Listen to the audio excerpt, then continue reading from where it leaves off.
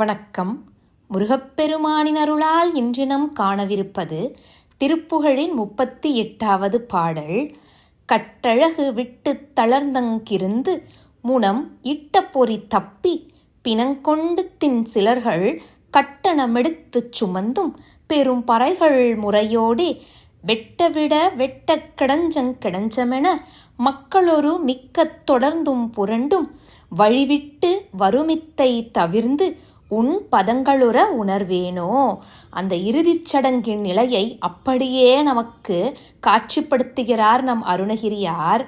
இறுகிய கட்டுக்கோப்பாயிருந்த இந்த அழகிய உடல் தளர்ந்து போய் இந்த உடம்பில் இருந்து கொண்டு முன்பு ஆட்டி வைத்த அந்த 5 பொறிகளும் கலங்கி சிதறிப்போய் பிணமென்ற நிலையை உடல் அடைந்தும் அப்போது சில பேர்கள் இந்த பிணத்தை கூலிக்கு எடுத்துச் சுமந்து போக பெரிய பறைகளெல்லாம் கிடஞ்சமென்ற ஒளியில் முழங்க மக்கள் ஒன்று கூடி இந்த பிணத்தை தொடர்ந்தும் சிலர் செல்லும் வழியிலே புரண்டும் சிலர் இந்த பிணம் செல்வதற்கு வழி விடுவதுமான இந்த பொய்யான வாழ்வை விட்டு பகவானே உங்களுடைய திருவடியை அடையும் வழியை நான் உணரமாட்டேனோ என்று நம் முருகப்பெருமானிடம் கேட்கிறார் நம் அருணகிரியார்.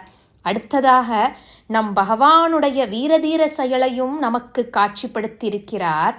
பட்டுருவி நெட்டை கிரௌஞ்சம் பிளந்து கடல் முற்றும் அலைவற்றி குழம்ப பட்டே உருகி செல்லும்படி ஆணவம் கொண்ட உயரமான அந்த கிரௌஞ்ச மலையை வேலாயுதம் பிளந்து எரிந்து கடல் முழுவதும் அலை வற்றிப்போய் குழம்பாக போகும்படி முனைப்பட்ட அயில் தொட்டு திடங்கொண்டதிர் உணர்வு முடிசாய தட்டழிய வெட்டி கவர்ந்தம் பெருங்கழுவு நிறுத்தமிட இரத்தங் குளங்கண்டு உமிழ்ந்துமணி சற்சமய வித்தை பழக்கண்டு செந்திலுரை பெருமாளே. இப்படி அந்த கிரௌஞ்ச மலையை நீங்கள் உங்கள் வேலாயுதத்தால் பிளந்தீர்களே. கூர்மை கொண்ட அந்த வேலாயுதத்தை செலுத்தியவனே எங்கள் முருகப்பெருமானே. வலிமையோடு எதிர்த்த அந்த அசுரர்களின் முடிகளே சாயும்படியாக அடியோடு அவர்கள் அழியும்படி வெட்டி தலையற்ற அந்த உடல்களும் பெரிய கழுகுகளும் நடமாடவும் அந்த போர்க்கள காட்சி இரத்த குளமாக பெருகச் செய்து அசுரருடைய அந்த கிரீடங்களிலிருந்த மணிகளெல்லாம் சிதறி விழ வைத்து தேவர்களுக்கு நல்ல காலம் வருவதற்கான விதையை பலன் கிடைக்குமாறு நீ நட்டு வைத்தாய் பகவானே. திருச்செந்தூர் நகரில் வீற்றிருக்கும் பெருமாளே என்று இந்த பாடலை நிறைவு செய்கிறார். நன்றி.